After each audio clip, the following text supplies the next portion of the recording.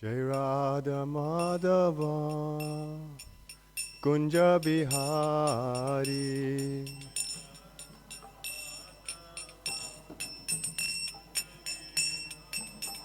Jai Radha Madhava Kunja Bihari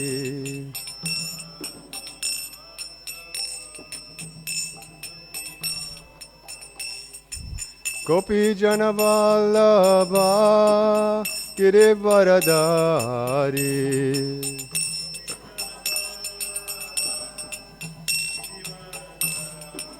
Jaya Gopi Jana Vallabha Virabhadra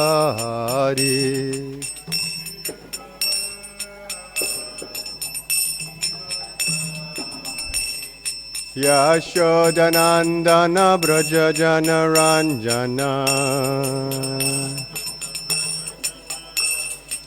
Yashodanandana Braja Jana Ranjana Yashodanandana Braja Jana Ranjana Yamuna Tira Vanachari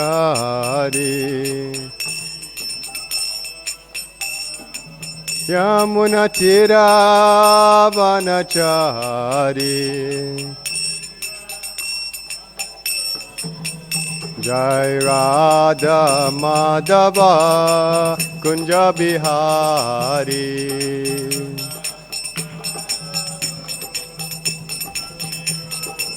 Jaya Radha Madhava Kunja Bihari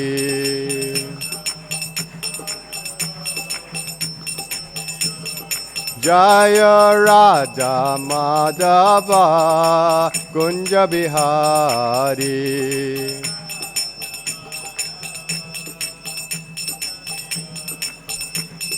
Gopi Jana Vallabha Girivardhari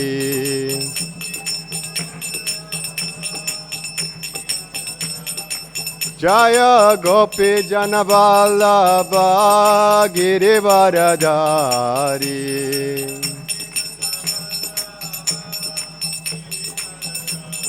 Yashodanandana Braja Jana Ranjana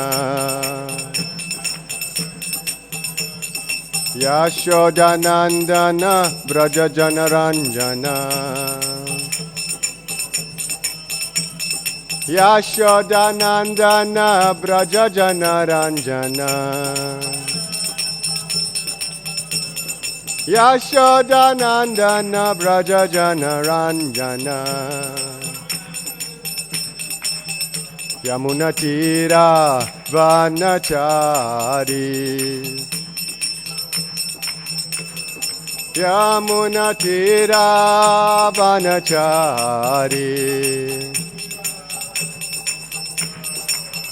Jai Radha Madhava Kunja Bihari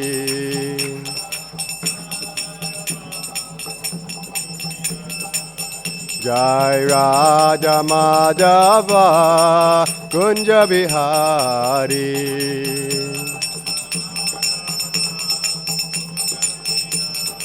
Jaya Radha Madhava Kunja Bihari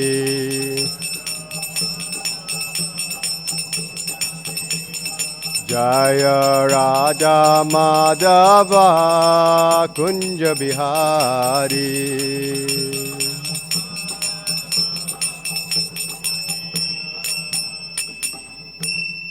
Jai Om Vishnupad Paramahamsa Parivrajikacharya Ashtotara Shata Sri Srimad His Divine Grace A.C. Bhaktivedanta Swami Srila Prabhupada Ki Jai Ananta Koti Vaishnava Vrinda Ki Jai Namacharya Srila Haridas Thakur Ki Jai Nitai Gaura Premanande Hari Hari Bo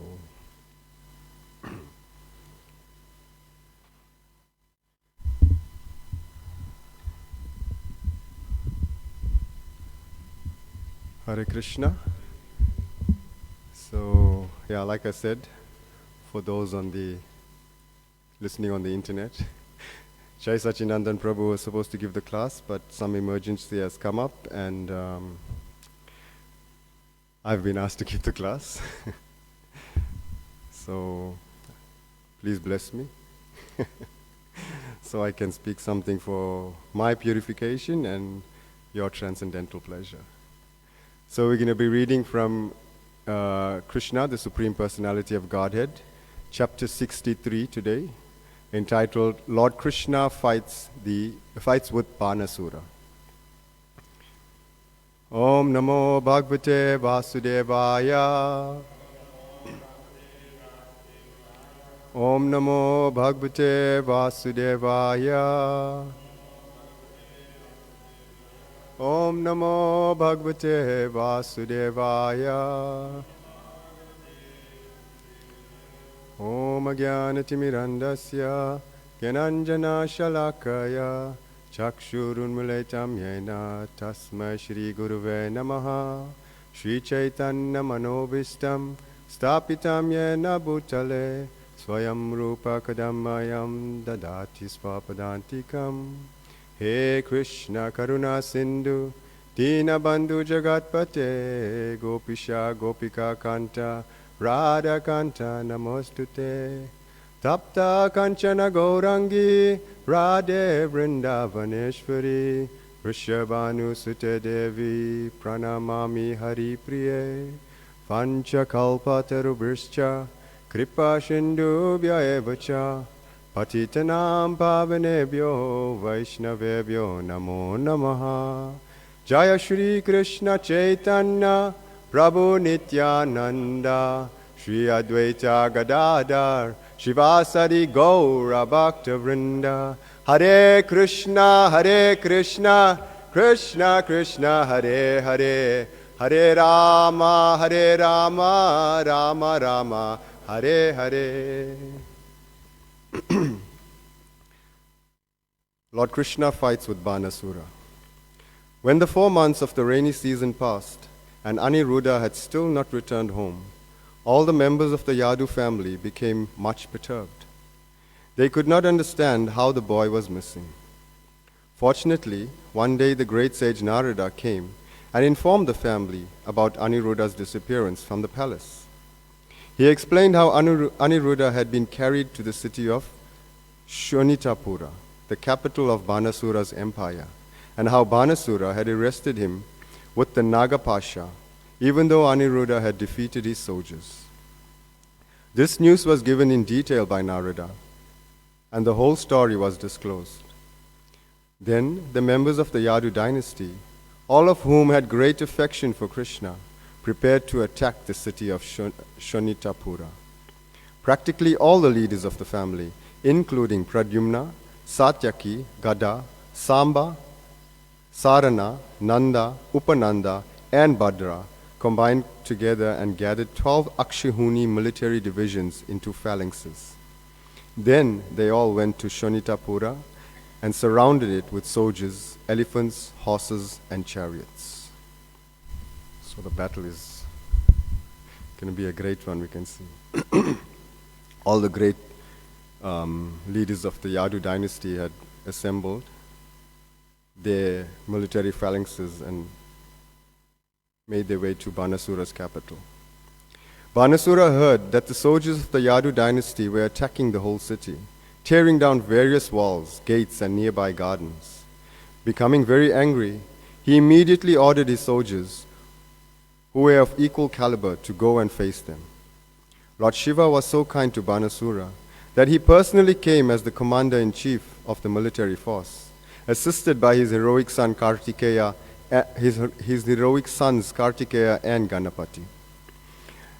Nandishvara, Lord Shiva, seated on his favorite bull, led the fighting against Lord Krishna and Balaram. We can simply imagine how fierce the fighting was. Lord Shiva and Krishna are fighting, you know.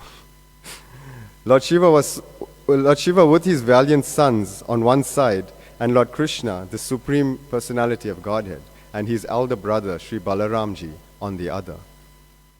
The fighting was so fierce that those who saw the battle were struck with wonder, and the hairs on their bodies stood up. Lord Shiva was engaged in fighting directly with Lord Krishna. Pradyumna was engaged with Kartikeya, and Lord Balaram was engaged with Banasura, commander-in-chief. Kumbhanda, who was assisted by Kupakarna, Samba, the son of Krishna, fought the son of Banasura, and Banasura fought Satyaki, commander-in-chief of the Yadu dynasty. In this way, the fighting was waged. So, Lord Shiva had come to assist his devotee Banasura and fight with Krishna, right? But Shiva is a devotee of Lord Krishna. So the Acharyas explain that two things. Lord Shiva came to fight with Krishna, to give pleasure to Lord Krishna. And also, Yogamaya had bewildered Shiva, that he kind of temporarily forgot that he's the devotee of Lord Krishna, because Yogamaya is arranging all the pastimes of Krishna for Krishna's pleasure. And because Krishna is the greatest fighter, so his only worthy opponents are his powerful devotees like Shiva, Lord Shiva, and Jaya, Vijay, when they came to fight with in Krishna as his incarnations as Nrsingadev and Varahadev, like that. So it's not that Lord Shiva was the enemy of Krishna. News of the fighting spread all over the universe. Demigods such as Lord Brahma from higher planetary systems, along with great sages and saintly persons, Siddhas, Chanaras, and Gandharvas, all being very curious to see the fight between Lord Shiva and Lord Krishna and their assistants, hovered over the battlefield in their planes. Lord Shiva is called Bhutanath because he is assisted by various types of powerful ghosts and denizens of the inferno. Bhutas, Pretas, Pramatas, Guyakas, Dakinis, Pichashas, Kushmandas, Vetalas, Vinayakas, and Brahma Rakshasas. In brackets, of all kinds of ghosts, the Brahma Rakshasas are very powerful. They are Brahmanas who after death have entered the ghostly species of life. So I'm wondering what they may have done to get ghostly bodies, even though they were Brahmanas. The Supreme Personality of Godhead, Sri Krishna, simply drove all these ghosts away from the battlefield with the arrows from his celebrated bow, Sharinga Dhanur. Lord Shiva then began to release all his selected weapons against the Personality of Godhead. Lord Sri Krishna, without any difficulty, counteracted all these weapons with counter-weapons. He counteracted the Brahmastra, similar to the atomic bomb, with another Brahmastra, and an air weapon with a mountain weapon. When Lord Shiva released a particular weapon bringing about a violent hurricane on a battlefield, Lord Krishna presented just the opposing element, a mountain weapon, which checked the hurricane on the spot. Similarly, when Lord Shiva released his weapon of devastating fire, Krishna counteracted it with torrents of rain. At last, when Lord Shiva released his personal weapon, the Pashupata Astra, Krishna immediately counteracted it with the Narayanastra. Lord Shiva then became exasperated in fighting with Lord Krishna. Krishna then took the opportunity to release his yawning weapon. Haribol. Krishna took the opportunity to release his yawning weapon. See?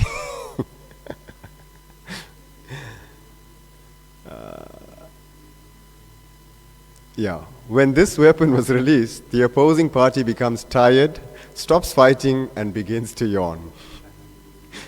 Consequently, Lord Shiva became so fatigued that he refused to fight anymore and began yawning. Krishna was now able to turn his attention from the attack of Lord Shiva to the efforts of Banasura. And he began and he began to kill Banasura's personal soldiers with swords and clubs. I'm just trying to picture how Krishna is attacking these soldiers of Banasura and Lord Shiva, and with clubs and swords. Krishna was now able to turn his attention from the attack of Shiva to Banasura. Meanwhile, Lord Krishna's son Pradyumna was fighting fiercely with Kartikeya, the commander-in-chief of the demigods. Kartikeya was wounded, and his body was bleeding profusely. In this condition, he left the battlefield and, without fighting anymore, rode away on the back of his peacock carrier. So we see that even though Kartikeya is an extremely powerful fighter, he's like the commander-in-chief of the army of the demigods. But because Pradyumna, the son of Krishna, he's related to Krishna, just like devotees, they are related to Krishna.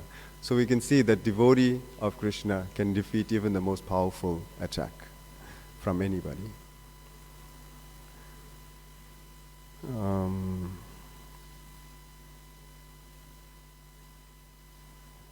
Similarly, Lord Balaram smashed Banasura's commander-in-chief, Kumbhanda, with the strokes of his club.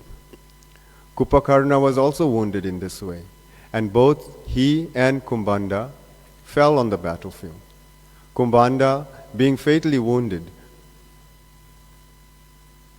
without guidance, all of Banasura's soldiers scattered here and there. When Banasura saw that his soldiers and commanders had been defeated, his anger also increased. He thought it wise to stop fighting with Satyaki, Krishna's commander-in-chief, and instead directly attack Lord Krishna. Now, having the opportunity to use his 1,000 arms, he rushed toward Krishna, simultaneously working 500 bows and 2,000 arrows. Such a foolish person could never measure Krishna's strength. Immediately, without difficulty, Krishna cut each of Banasura's bows into 2 pieces, and to check him from going further, made the horses of his chariot lie on the ground so that the chariot broke to pieces. After doing this, Krishna blew his conch shell, Panchajanya. So sometimes it's inconceivable to us because of our limited material understanding and material experience that how can someone have 1,000 arms, and can shoot 500 bows, can wield 500 bows, shooting so many arrows at one time. But we are limited. We are seeing with material eyes. So, therefore, sometimes people say that this is mythology. The pastimes of Krishna, of the Lord is mythology. But no, devotees know that this is true. Krishna is the Supreme Personality of Godhead. He created this entire material world and the spiritual worlds. And Srila Prabhupada explains that these heavy planets, they're floating in the air. How? By chance? No. So Krishna can do anything, and he can create a being with 1,000 arms and 10,000 heads and whatever it may be. There was a demigoddess named Kotara who was worshipped by Banasura, and their relationship was as mother and son. Mother Kotara was upset that Banasura's life was in danger. So she appeared on the scene. With naked body and scattered hair, she stood before Lord Krishna. Sri Krishna did not like the sight of this naked woman, and to avoid seeing her, he turned his face. Banasura, getting this chance to escape Krishna's attack, left the battlefield. All the strings of his bows had been broken, and there was no chariot driver, so he had no alternative but to return to his city. He lost everything in the battle. Being greatly harassed by the arrows of Krishna, all the associates of Lord Shiva, the hobgoblins and ghostly bhutas, pretas and kshatriyas, left the battlefield. Lord Shiva then took to his last resort. He released his greatest death weapon, known as Shiva Jwara, which destroys by excessive heat. It is said that at the end of creation, the sun becomes 12 times more scorching than usual. This 12 times hotter temperature is called Shiva Jwara. When the Shiva Jwara personified was released, he had 3 heads and 3 legs. And as he came toward Krishna, it appeared that he was burning everything to ashes. He was so powerful that he made blazing fire appear in all directions. And Krishna observed that he was specifically coming toward him.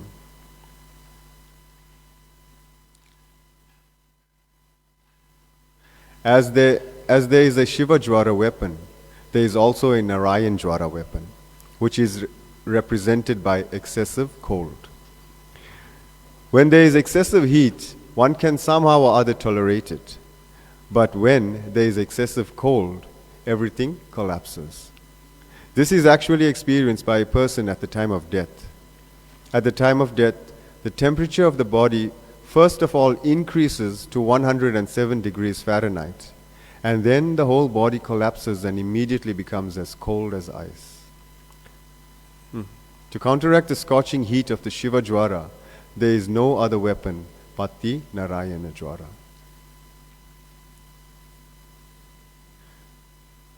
So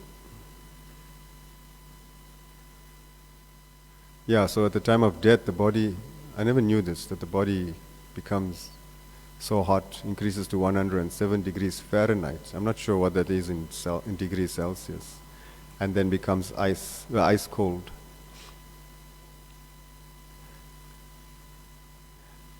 Therefore, when Lord Krishna saw that the Shiva Jwara had been released by Lord Shiva, he had no recourse other than to release the Narayana Jwara. Lord Sri Krishna is the original Narayan and the controller of the Narayana Jwara weapon. When the Narayana Jwara was released, there was a great fight between the two Jwaras. When excessive heat is counteracted by extreme cold, it is natural for the hot temperature to gradually reduce.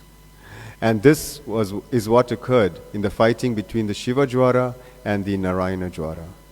Gradually, the Shiva Jwara's temperature diminished, and the Shiva Jwara began to cry for help from Lord Shiva. But Lord Shiva was unable to help him in the presence of the Narayana Jwara. Unable to get any help from Lord Shiva, the Shiva Jwara could understand that he had no means of escape outside of surrendering unto Narayan, Lord Krishna himself. Lord Shiva, the greatest of all demigods, could not help him. What to speak of the lesser demigods? And therefore the Shiva Jwara ultimately surrendered unto Krishna, bowing before him and offering a prayer so that the Lord might be pleased and give him protection. So this is a lesson that we may be attached to so much of demigod worship previously, and others out there are attached to demigod worship, but ultimately, even Shiva could not help his devotee, from Lord Krishna, because it says that if Krishna wants to save you, who can kill you? But if Krishna wants to kill you, nobody can save you. Yeah.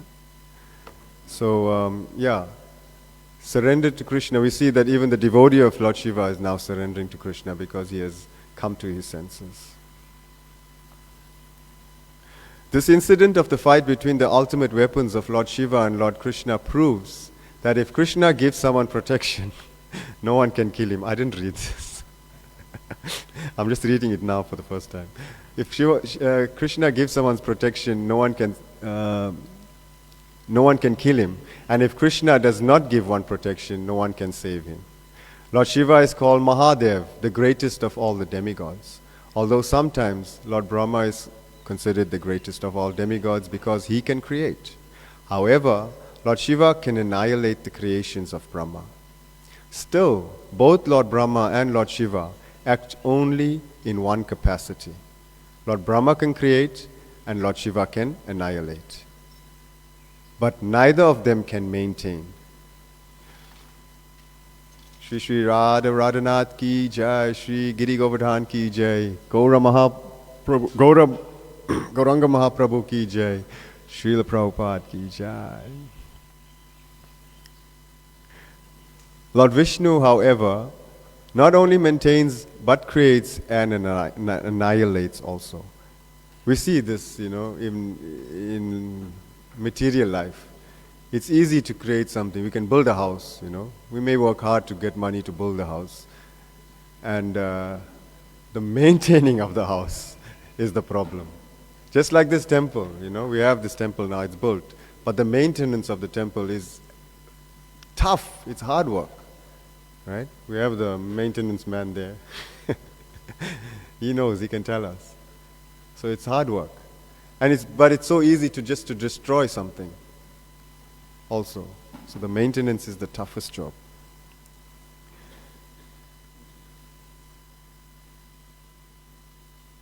Factually, the creation is not affected by Brahma, because Brahma himself is created by Lord Vishnu.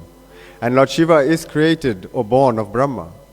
The Shiva Jwara thus understood that without Krishna or Narayan, no one can help him. He therefore rightly took shelter of Lord Krishna and with folded hands began to pray as follows. So this is the conclusion of pursuing spiritual life. That ultimately we have to surrender to Krishna because he is the ultimate surrender. He is the creator. My dear Lord, I offer my respectful obeisances unto you because you have unlimited potencies. No one can surpass your potencies, and thus you are the Lord of everyone. Generally, people consider Lord Shiva the most powerful personality in the material world. But Lord Shiva is not at all powerful. Lord Shiva is not all powerful. You are all powerful. This is factual. You are the original consciousness or knowledge. Without knowledge or consciousness, nothing can be powerful. A material thing may be very powerful, but without the touch of consciousness, it cannot act. A material machine may be gigantic and wonderful, but without the touch of someone conscious and in knowledge, the material machine is useless for all purposes. My Lord, you are complete knowledge, and there is not a pinch of material contamination in your personality. Lord Shiva may be a powerful demigod because of his specific power to annihilate the whole creation. And similarly, Lord Brahma may be very powerful because he can create the entire universe.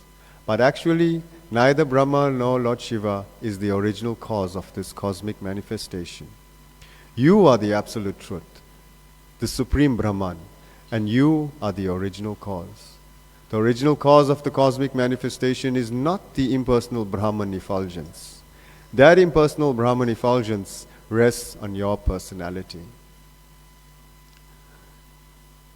As confirmed in Bhagavad Gita, the cause of the impersonal Brahman is Lord Krishna.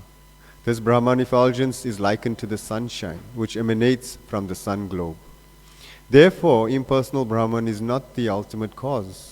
The ultimate cause of everything is the supreme eternal form of Krishna. All material actions and reactions take place in the impersonal Brahman. But in the personal Brahman, the eternal form of Krishna, there is no action and reaction. So Prabhupada is giving the philosophy of Brahman and impersonal Brahman. So Krishna is the supreme Brahman. And it's like the example is given that we have the sun and we have the sun rays. The sun rays is coming from the sun, but living within the sun planet is the demigod of the sun, like that. So we have Krishna, and from Krishna the impersonal Brahman effulgence is emanating. And also Krishna is expanded in residing in everybody's heart as Paramatma. The Shiva Jwara continued, therefore, my Lord, your body is completely peaceful, completely blissful and devoid of material contamination. In the material body, there are actions and reactions, of the three modes of material nature. The time factor is the most important element, above all others, because the material manifestation is affected by the agitation of time. This natural phenomena come into existence. Thus natural phenomena comes into existence, and as soon as phenomena appear, fruitive activities are visible. As the result of these fruitive activities, a living entity takes his form. He acquires a particular nature packed up in a subtle body and gross body formed by the life air, the ego, the 10 sense organs, the mind, and the 5 gross elements. These then create the type of body which later becomes the root cause of various other bodies, which are acquired one after another by means of the transmigration of the soul. All these phenomenal manifestations are the combined actions of your material energy. So yeah, the body is like a seed. And so this seed, this body, it fructifies by the actions that it's performing. And then that fruit creates another seed, another body. Like that. So it's a cycle, you know. The seed creates a fruit, the fruit creates another seed, and like that and like that. So this is what we're going through. Cycle of birth and death, taking body after body after body. You, however, are the cause of this external energy, and thus you remain unaffected by the action and reaction of the different elements. And because you are transcendental to such compulsions of material energy, you are the supreme tranquility. You are the last word in freedom from material contamination. I therefore take shelter at your lotus feet, giving up all other shelter. So nice prayers these are.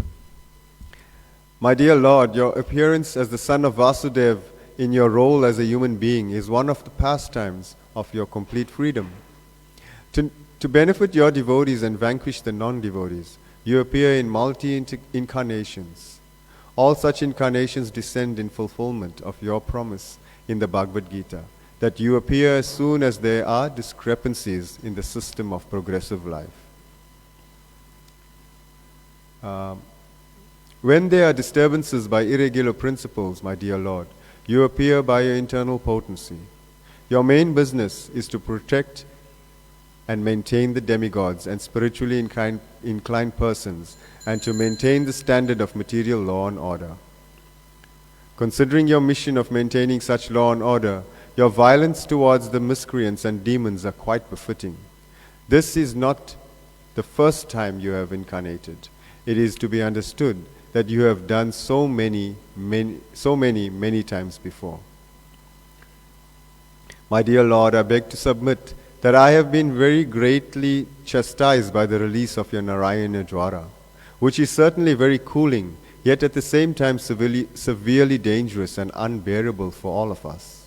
My dear Lord, as long as one is forgetful of Krishna consciousness, driven by the spell of material desires, and ignorant of the ultimate shelter at your lotus feet, one who has accepted this material body becomes disturbed by the 3 miserable conditions of material nature. Because one does not surrender unto you, he continues to suffer perpetually. So it's very nice prayers. He's like giving it, this Shiva Jwara is he's just laying it down on the table, telling the truth. And from this last paragraph we see that because one does not surrender unto you, he continues to suffer perpetually.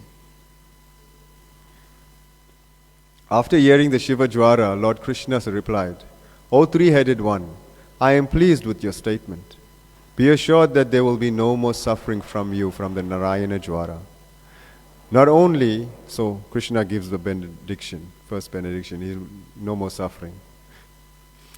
Not only are you now free from fear of the Narayana Jwara, but anyone in the future who simply recollects this fight between you and the Narayana Jwara will also be freed from all kinds of fear.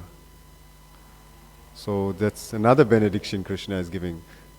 And that's for all of us that is hearing this pastime. That simply by hearing this pastime, you become free from all kinds of fear. And why to be Why to be fearful? Because if you surrender to Krishna, who can kill you? In the meantime, after hearing the Supreme Personality of Godhead, the Shiva Jwara offered respectful obeisances onto his lotus feet and left. In the meantime, Banasura somehow or other recovered from his setbacks and with rejuvenated energy returned to fight. This time Banasura appeared before Lord Krishna, who was seated on his chariot with different kinds of weapons in his 1,000 hands. Very much agitated, Banasura splashed his different weapons upon the body of Lord Krishna like torrents of rain. When Lord Krishna saw the weapons of Banasura coming at him like water coming out of his strainer, he took his sharp-edged Sudarshan disc and began to cut off the demon's 1,000 arms, one after another, just as a gardener trims the twigs of a tree with sharp cutters. When Lord Shiva saw that his devotee Banasura could not be saved even in his presence, he came to his senses and personally came before Lord Krishna and began to pacify him by offering the following prayers. So now we listen to Lord Shiva's prayers. Lord Shiva said, "My dear Lord, you are the worshipable object of the Vedic hymns. One who does not know you considers the impersonal Brahmajyoti to be the ultimate supreme absolute truth without knowledge that you exist behind your spiritual effulgence in your eternal abode." So we see, in many of these prayers, now Lord Shiva and previously the Shiva Jwara, and even in other pastimes as well, they speak about the impersonal Brahmajyoti, that many consider the impersonal Brahmajyoti to be the supreme. So this shows that so much of the entire, the jivas are bewildered, that they don't know Krishna is a person. Krishna is, the Supreme Personality of Godhead. So these prayers are revealing that. And this is our duty as devotees, to go out there and preach and tell people that no, Krishna is a person. You can love him. You can dance with him. You can hug him. You can kiss him. This is what people fail to understand. Because if you believe there's a higher being or a higher power, how can you pray to something or worship something that's like not there, not a person? It doesn't make sense. As we have personality, so as persons, you want to worship, or you want to worship someone, or you want to surrender to someone that is another personality. You can't surrender to a thing. You understand? So we have to go out there and give the knowledge.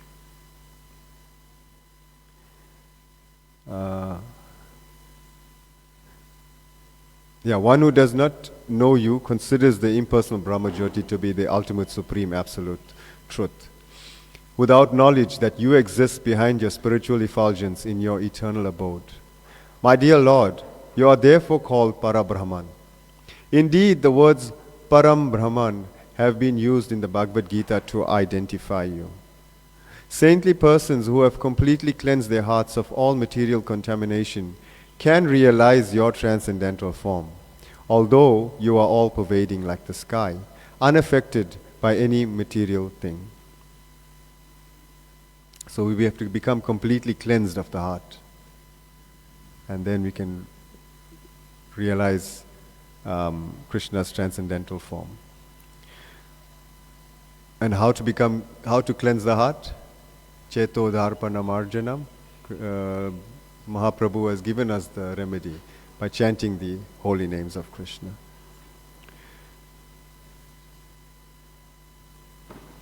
You are all pervading like the sky, unaffected by any material thing. Only the devotees can realize you and no one else. In the impersonalist conception of your supreme existence, the sky is just like your navel, fire is your mouth, and water is your semen. The heavenly planets are your head, all the directions are your ears. The earth, Urvi, is your lotus feet. The moon is your mind, and the sun is your eye. As far as I am concerned, I act as your ego. The ocean is your abdomen, and the king of heaven, Indra, is your arm. Trees and planets are the hairs on your body.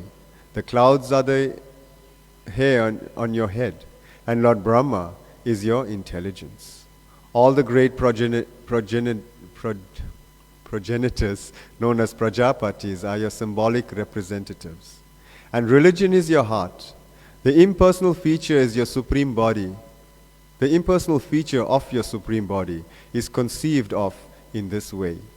But you are ultimately the supreme person. The impersonal feature of your supreme body is only a small expansion of your energy. You are likened to the original fire, and your expansions are its light and heat. So nice praise by Lord Shiva. Lord Shiva continued, My dear Lord, since you are manifested universally, the different parts of the universe are the different parts of your body. And by your inconceivable potency, you can simultaneously be both localized and universal. This is what people fail to understand. That Krishna, God, can be localized and universal at the same time. Just like Mother Yashoda, when she looked in Krishna, Balaram and the other cowherd boys complained that Krishna is eating dirt. And when Mother Yashoda looks into his mouth, she sees the universe inside his belly, in his belly. But also, Krishna is outside that universe. So he's universal and he's also a person.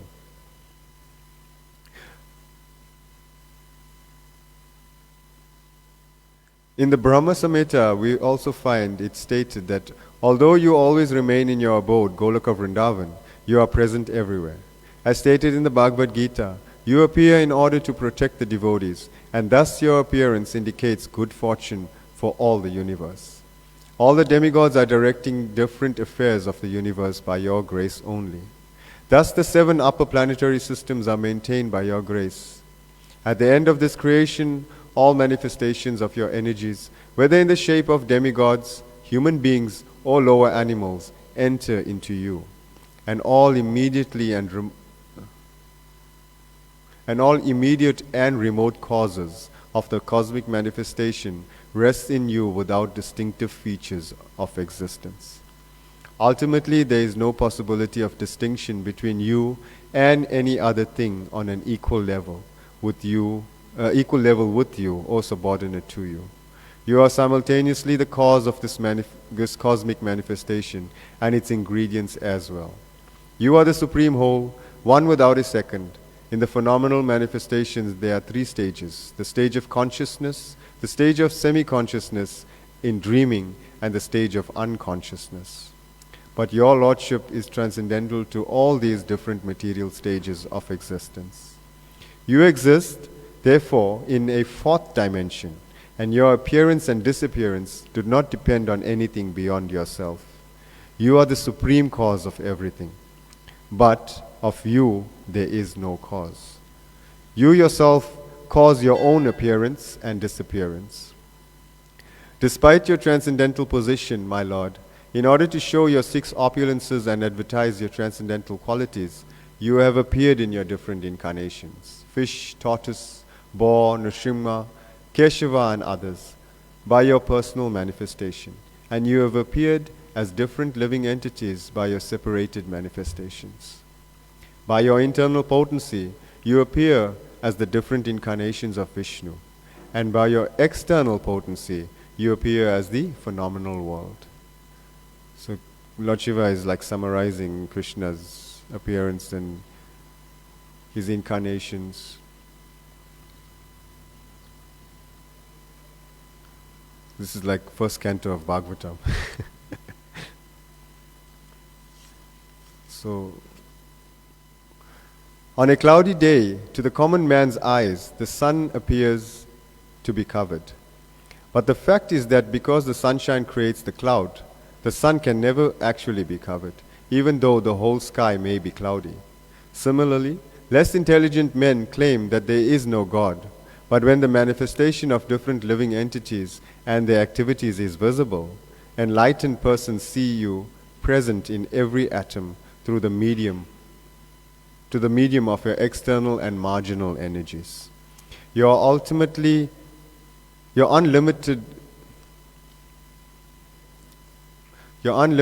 potent activities are experienced by the most enlightened devotees.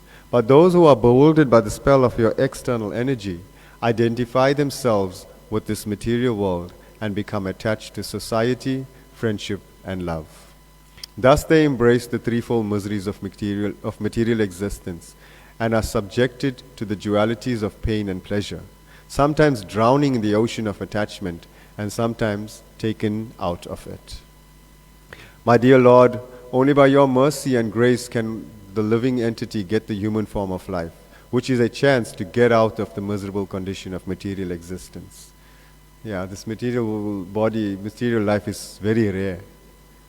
So we have to take advantage of it and get out of the material existence.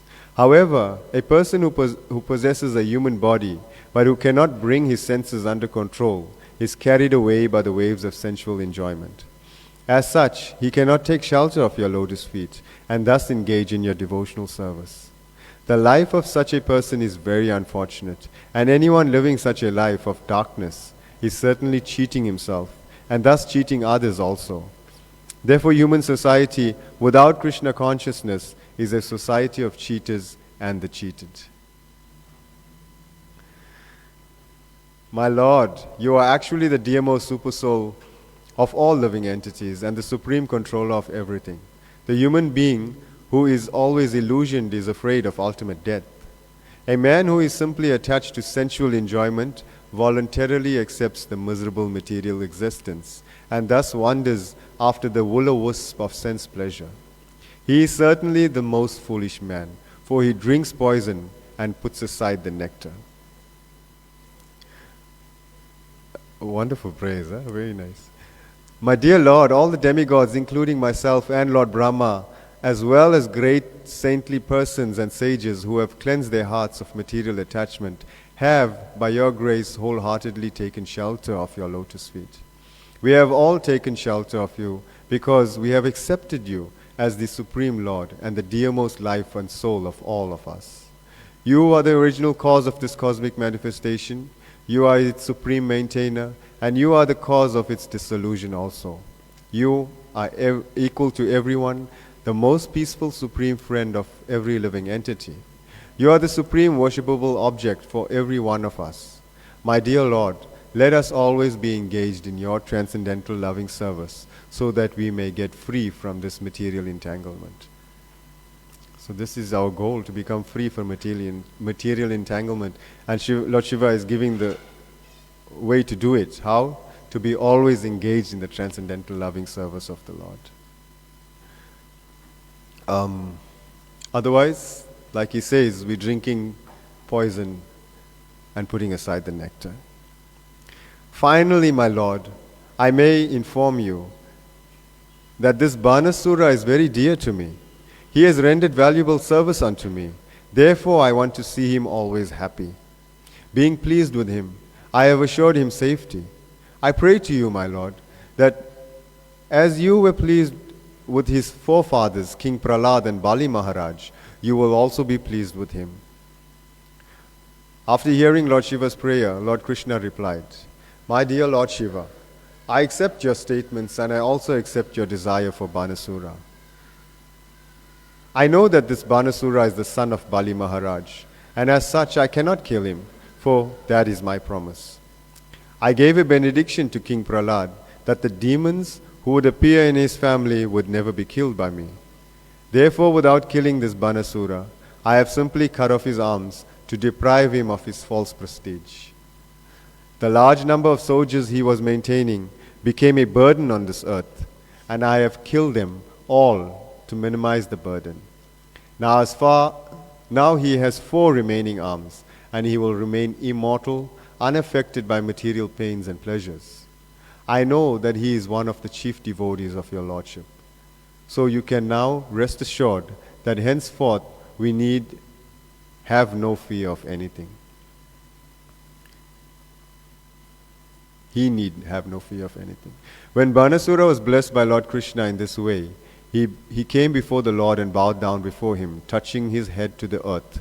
Banasura immediately arranged to have his daughter Usha seated with Aniruddha on a nice chariot, and then he presented them before Lord Krishna.